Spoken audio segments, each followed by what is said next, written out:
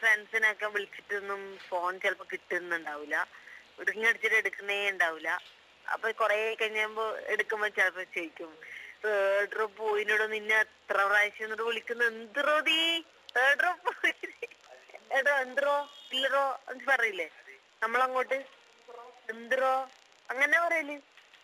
എന്തോ വെറുതെ ചൊറയാക്കല്ല നീ, വെറുതെ ചൊറയാക്കല്ല കേട്ടാ.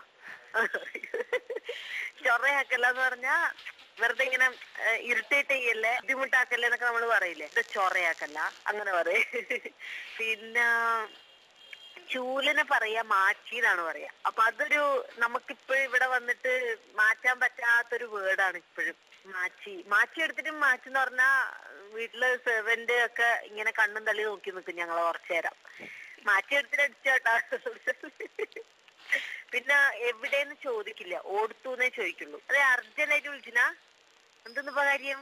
എമ്മപ്പ എനക്കറിയില്ലപ്പാ, എമ്മപ്പ എനക്കറിയില്ല. നീ ഇന്ന് അങ്ങോട്ട് പോയിരുന്നാ? ഇന്ന് ഇത്ര മണിക്ക് നീ പോകുന്നുണ്ടാ? അമ്മോ എനിക്കറിയില്ല നമ്മള് പറയില്ലേ ഇവിടെ. എനിക്കറിയില്ല എന്ന് പറയില്ലേ, അതിനാണ് എമ്മപ്പ എനക്കറിയില്ല. ഇപ്പൊ വിനീതനും ഞാനും സംസാരിക്കുന്ന കേട്ട് കഴിഞ്ഞാല് ചിലപ്പോ പുറമേന്ന് വന്ന് നിൽക്കുന്നവരൊക്കെ പെട്ടെന്ന് ഫോളോ ചെയ്യാൻ പറ്റൂല.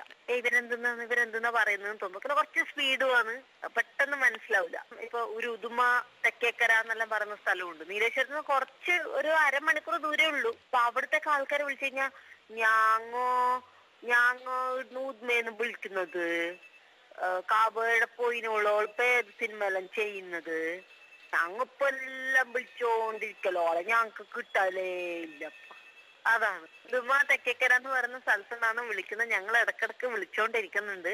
ഇപ്പൊ ഏത് സിനിമയാ ചെയ്യുന്നത്, ഞങ്ങൾക്ക് ഇന്നേ വരെ ഇവിടെ കിട്ടിയിട്ടില്ല ഫോണിലെ കൂടെ എന്നൊക്കെയാണ് ഉദ്ദേശിക്കുന്നത്. ഭയങ്കര ടോണാണ് അത്, ഭയങ്കര കന്നഡ ചൊവയാണ്.